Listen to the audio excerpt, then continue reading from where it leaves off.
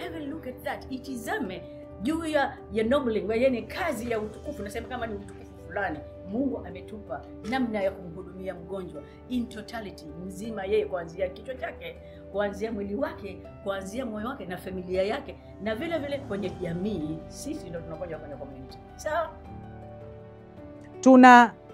Tuna kazi yetu kubwa ambayo imetulazimu kwenye kutekeleza majukumu yetu ya kila siku. Tunaambiwa kutoa quality nursing services ama nursing and midwifery services katika jamii. Jamii yote inatuangalia.